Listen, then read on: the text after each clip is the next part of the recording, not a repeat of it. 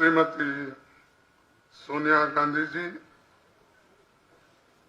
श्री राहुल गांधी जी, श्री वेणुगोपाल जी, श्री पवन बंसाल जी, steering committee के हमारे सदस्यगण, वरिष्ठ नेता, सांसद, सेवा दल के हमारे साथी, कांग्रेस के समस्त कार्यकर्ता और मेरे मीडिया के बंधु, कांग्रेस पार्टी के 1 से 48वें स्थापना दिवस की मैं आपको बहुत बहुत बधाई देता हूं। आज ही के दिन 28 दिसंबर 1885 को मुंबई में कांग्रेस पार्टी की नींव रखी गई थी। कांग्रेस पार्टी को बने हुए आज 137 साल पूरे हुए। आजादी के बाद कांग्रेस पार्टी का सफर आधुनिक भारत की कहानी कहता है और ये इतिहास है। इन वर्षों में भारत के हर सफल माइलस्टोन पर आपको कांग्रेस की इबारत लिखी रहेगी। ये मौका एक और वजह से महत्वपूर्ण है क्योंकि इस वर्ष कांग्रेस सेवा दल अपने 100वें वर्षों में प्रवेश कर रहा है। सेवा दल के साथियों को मैं बहुत बहुत बधाई देता हूं। भारत की आजादी के आसपास कई दूसरे देश भी आजाद हुए थे, लेकिन बहुत से देश में सत्ता की बागडोर तानाशाही ने ले ली। भारत न सिर्फ सफल और मजबूत लोकतंत्र बना, बल्कि कुछ ही दशकों में हम आर्थिक, न्यूक्लियर, मिसाइल, स्ट्रैटेजिक के क्षेत्र में सुपर पावर बन गए। कृषि, शिक्षा, मेडिकल, आईटी और आईटी सेक्टर में भारत दुनिया के टॉप देशों में से शामिल हो गया। ये सब अपने आप नहीं हुआ, ये कांग्रेस की लोकतंत्र में आस्था के कारण हुआ है। सभी को साथ लेकर चलने की हमारी आइडियोलॉजी के कारण ये सब कुछ हुआ है।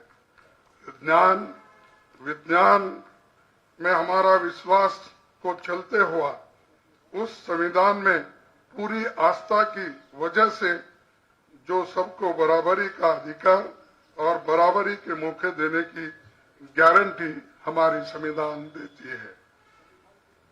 आज भारत आगे बढ़ा क्योंकि कांग्रेस ने गरीब, वंचित, दलित समुदायों की हजारों सालों की जंजीरें काटने का साहस दिखाया। आजादी को हर नागरिक तक पहुंचाने का दृढ़ संकल्प लिया और उस दिशा में आगे बढ़ने की ईमानदारी के साथ कोशिश की।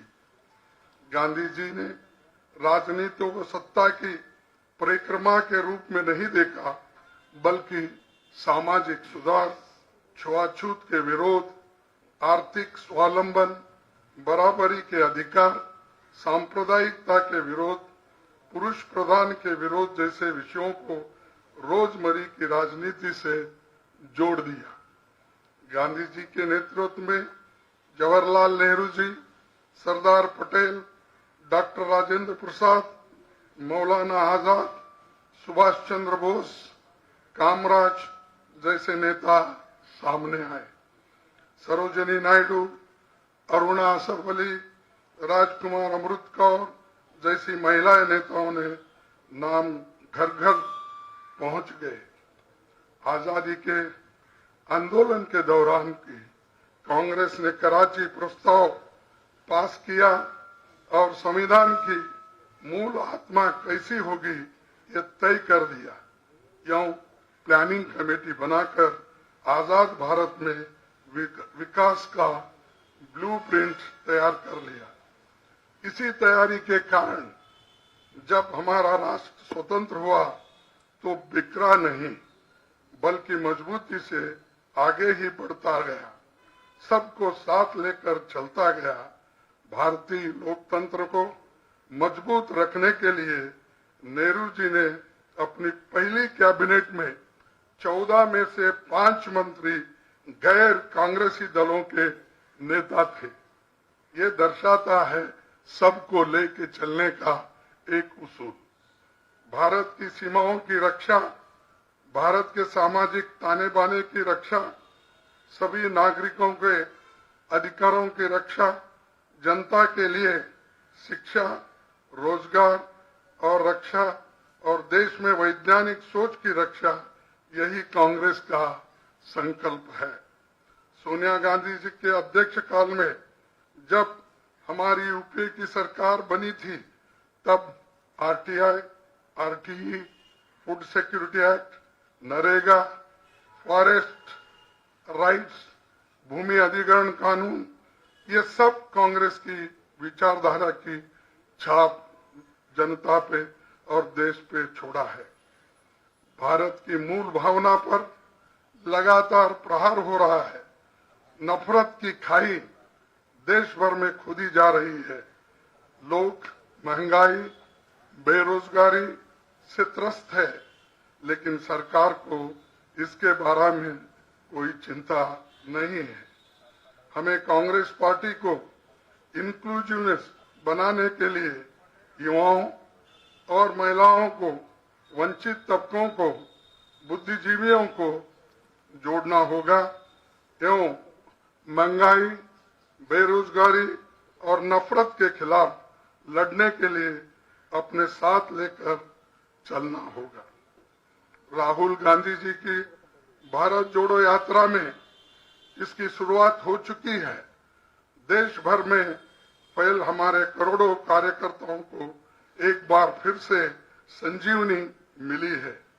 यात्रा ने दिखा दिया है कि कांग्रेस की विचारधारा को देश में जबरदस्त समर्थन मिल रहा है और इससे आज हमारे विरोधियों को घबराहट पैदा हुई है। हम भारत के बेहतर भविष्य के लिए देशवासियों को इस संघर्ष में शामिल होने की विनती करते हैं, अपील करते हैं कि वे सब लोग इस यात्रा में जुड़े। उन्हीं के उम्मीदों पर खरा उतरने के लिए हम तैयार हैं। ये भरोसा हम देश को देना चाहते हैं। कांग्रेस के स्थापना दिवस पर इसी संकल्प के साथ आप सबको बहुत बहुत बधाई देता हूं। जय हिंद, जय कांग्रेस।